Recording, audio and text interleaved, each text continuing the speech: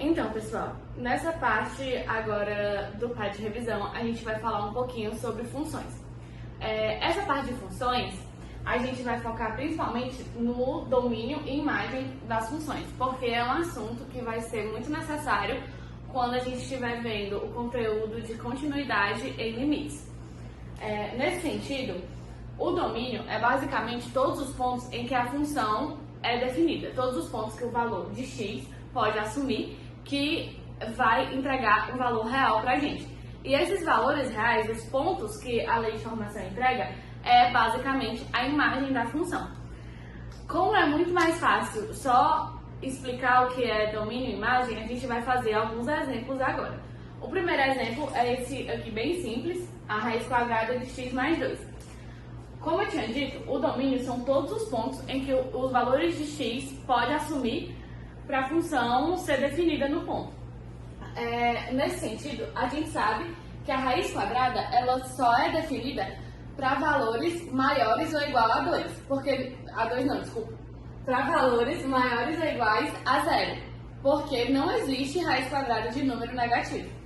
Assim, a gente sabe que x mais 2 tem que ser maior ou igual a 0. Passando o 2 para o outro lado da desigualdade, a gente sabe que x tem que ser maior ou igual a menos 2, certo? Assim, a gente sabe que o domínio dessa função tem que ser fechado em menos 2, porque ela pode assumir o valor de menos 2. Se eu colocar menos 2 dessa função, vai ficar a raiz quadrada de 0. E a gente sabe que a raiz quadrada de 0 é 0. Quando a gente coloca esse símbolo aqui, o colchete, é porque o valor que está aqui é fechado nesse ponto. Então, a função pode assumir esse ponto. E ela vai de menos 2 até o infinito, com o sinal de aberto. Porque o infinito não é um número, não é um ponto específico. Então, a gente não pode colocar que é fechado no infinito, porque a gente não sabe onde é o infinito, né? Enfim, esse aqui é o domínio de f. Agora, a imagem de f é basicamente todo o conjunto dos reais. Por quê? Porque a gente sabe, pela propriedade da potência, que, por exemplo, menos 2 ao quadrado vai dar igual a 4. E 2 ao quadrado também dá igual a 4. Então, os pontos que essa função que vai dar pra gente sempre podem ser positivos ou negativos, indo exatamente de menos infinito a infinito. Então, a imagem de f vai de menos infinito a infinito, que é a mesma coisa que eu falar que a imagem é todo o conjunto dos números reais. Então, galera, dando continuidade nesse assunto de domínio e imagem, a gente vai fazer agora essa questão que está aparecendo na lousa para vocês.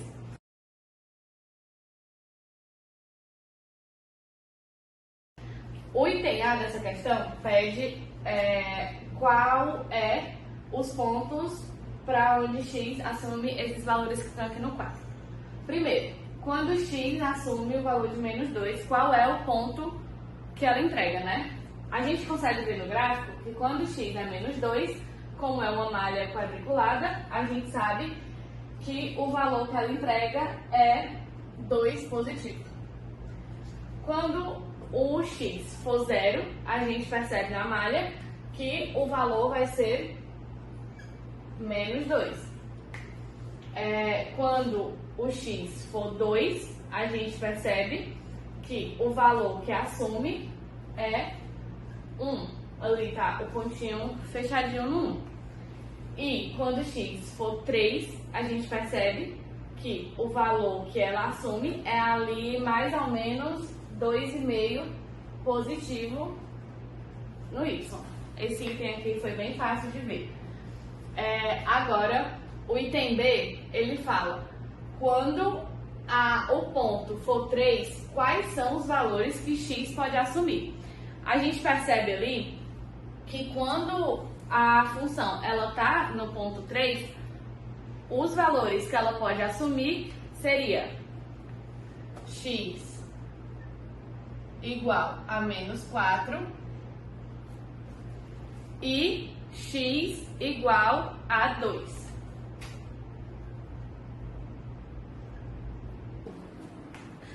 Bom, agora no item C, ele pede os valores que a função, o x tem que assumir para a função ser menor ou igual a 3. Para a função ser menor ou igual a 3, a gente percebe no gráfico que é tudo embaixo dela. O primeiro ponto que a função é definida é ali no menos 4, né, que a gente está vendo. Então, do menos 4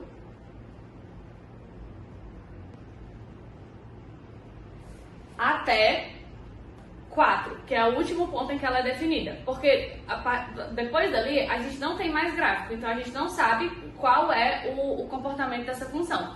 Mas a gente sabe que de menos 4 até 4, a função, todos os valores que x assumir, a função vai assumir valores menores do que 3.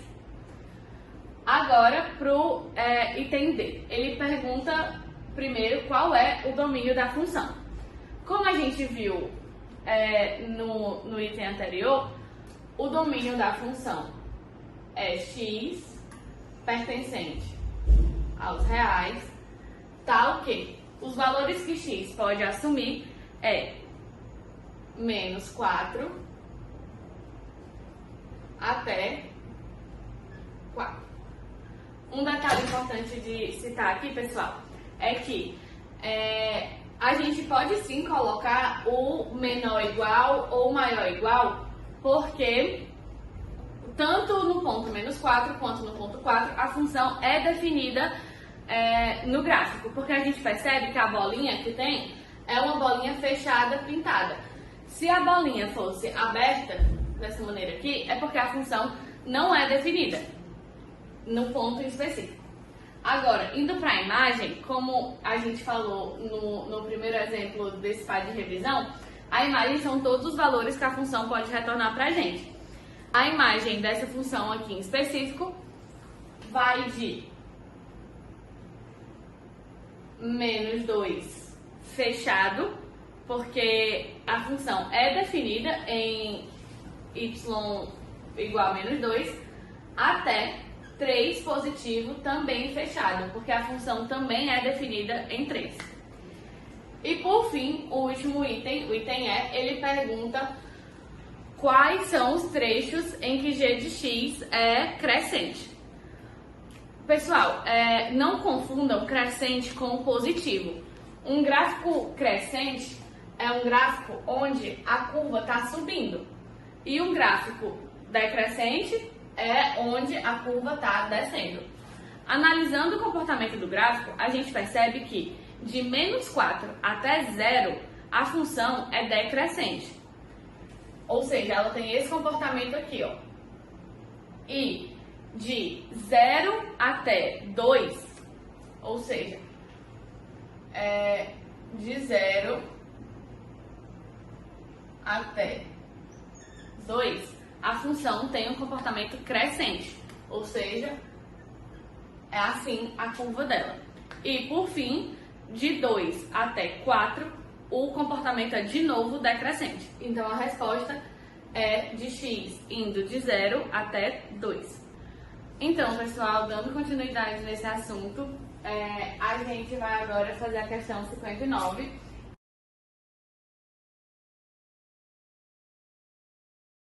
Que ela pede a fórmula para um segmento de reta que una os pontos 1, menos 3 e 5, 7. Bom, como ele fala segmento de reta, a gente sabe que a lei de formação dessa fórmula vai ser a lei de formação de uma reta, que é y igual a mx mais b, onde a gente sabe que esse m aqui é o coeficiente angular da reta, que é o valor que vai dar a angulação dessa reta. E o b, que é o coeficiente linear dessa reta, que é onde, quando o x assumir os valores de 0, o b vai ser o ponto onde a reta vai interceptar o eixo y. Então, gente, calculando o primeiro m, né? A gente sabe que o comportamento de uma reta é assim, né? Uma reta padrão. E o coeficiente angular é a inclinação dessa reta em relação ao eixo x. A gente sabe que essa distância aqui é o mesmo valor de y, certo? E essa daqui é o valor de x. Então, para calcular o valor desse ângulo aqui, que no caso é o m, basta fazer a tangente, que é basicamente y sobre x. Só que a gente não tem um ponto em específico. A gente vai precisar calcular a variação desses dois pontos que ele deu. E a gente sabe que variação é sempre delta, que é o maior pelo menor. Então, seguindo essa linha de raciocínio, a gente pode colocar aqui. Delta y vai ser 7 menos 3. E delta x vai ser 5 menos 1, certo? Isso aqui vai dar pra gente que 7 menos 3 vai dar 7 mais 3, né? Porque vai mudar aqui o sinal de dentro. Então vai ficar 10 dividido por 4. Simplificando, isso aqui vai ficar 5 sobre 2. Então a gente já achou o m, que é 5 sobre 2. Agora a gente vai achar o coeficiente linear, que é o b. Para achar o coeficiente linear, a gente pode simplesmente adotar um dos pontos e substituir com o valor de m nessa lei de formação aqui. Então ficaria aqui. Vou pegar esse ponto aqui, né? Menos 3 é igual a 5 sobre 2, que é o valor que a gente encontrou para m, vezes 1 mais b. Nesse caso, b vai ser igual a menos 3 menos 5 sobre 2. Então, o b vai ser igual a menos 6 menos 5 sobre 2. Que isso aqui é a mesma coisa de menos 11 sobre 2. Depois que a gente já calculou o m e já calculou o b, a gente pode afirmar finalmente que a fórmula do segmento de reta que une os pontos 1 e menos 3 e 5, 7 é 5 sobre 2x menos 11 sobre 2.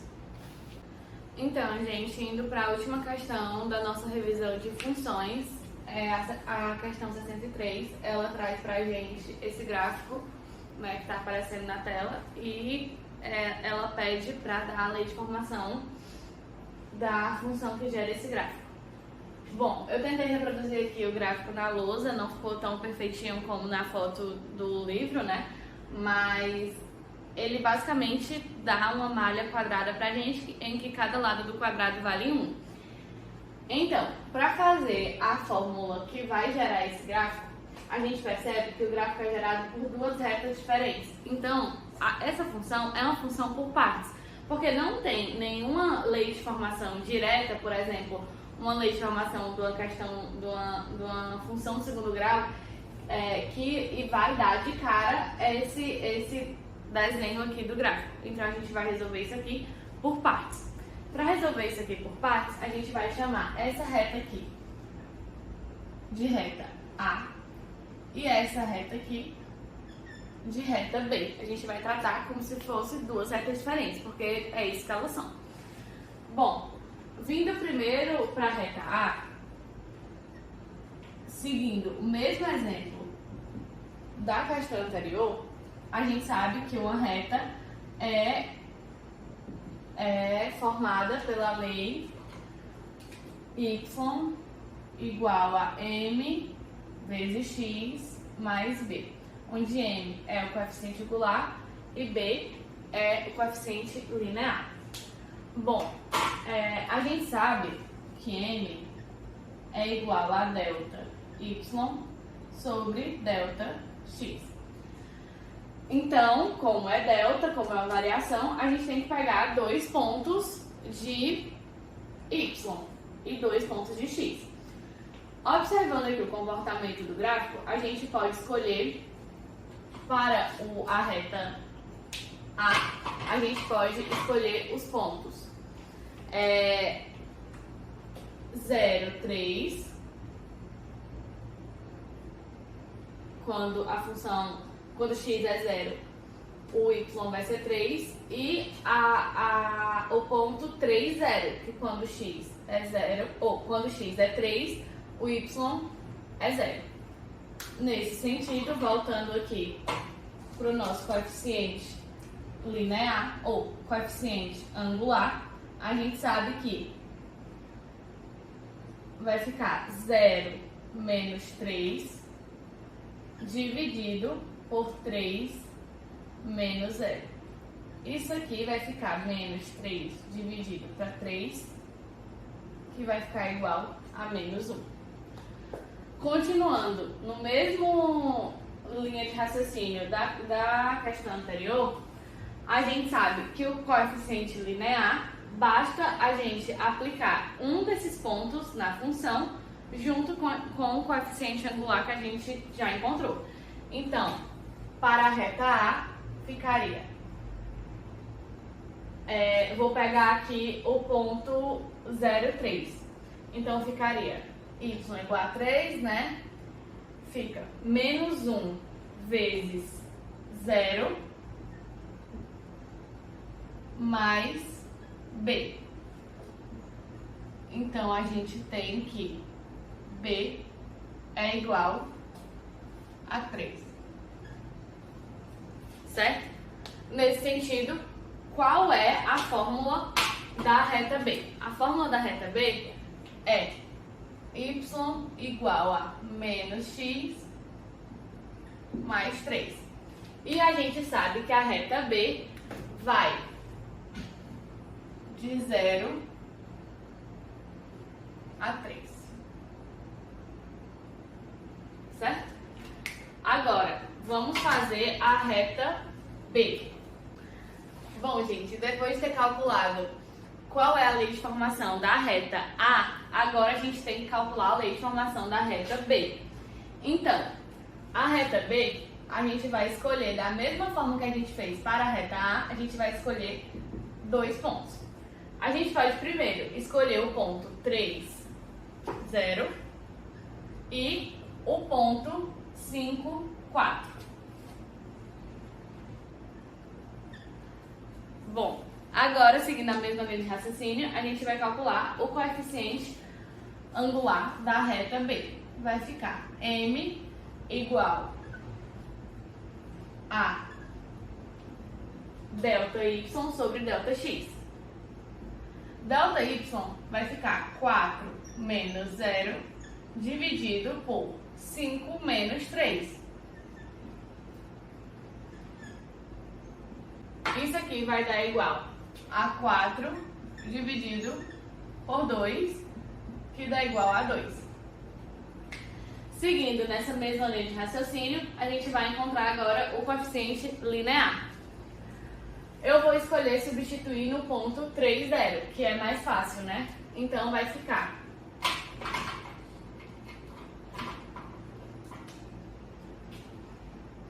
y, vou logo substituir para ser mais rápido, vai ficar 0 igual a 2 vezes 3 mais b. Logo, a gente tem que b é igual a menos 6. Nesse sentido, a lei de formação da reta B vai ficar y igual a 2x menos 6. Como eu tinha dito, a função é uma função por partes. Então, a gente tem que f de x, que é a função que gera esse gráfico aqui, vai ser igual a menos x mais 3, que é a reta A, quando o x vai de 0 até 3. E a função vai ser formada pela lei de 2x menos 6, quando a função vai de 3 até 5. Então fica 3 até 5. Detalhe, pessoal. Eu coloquei o menor ou igual a 3 aqui e não coloquei o igual aqui porque eu já decidi colocar aqui no 3. Só que você pode escolher. Você também poderia deixar dessa forma aqui, ó. Tirar o igual daqui e colocar aqui, porque a função é definida nos dois pontos, tanto por essa lei aqui quanto por essa lei aqui. Ou então eu poderia ainda deixar nos dois. As três formas estão corretas.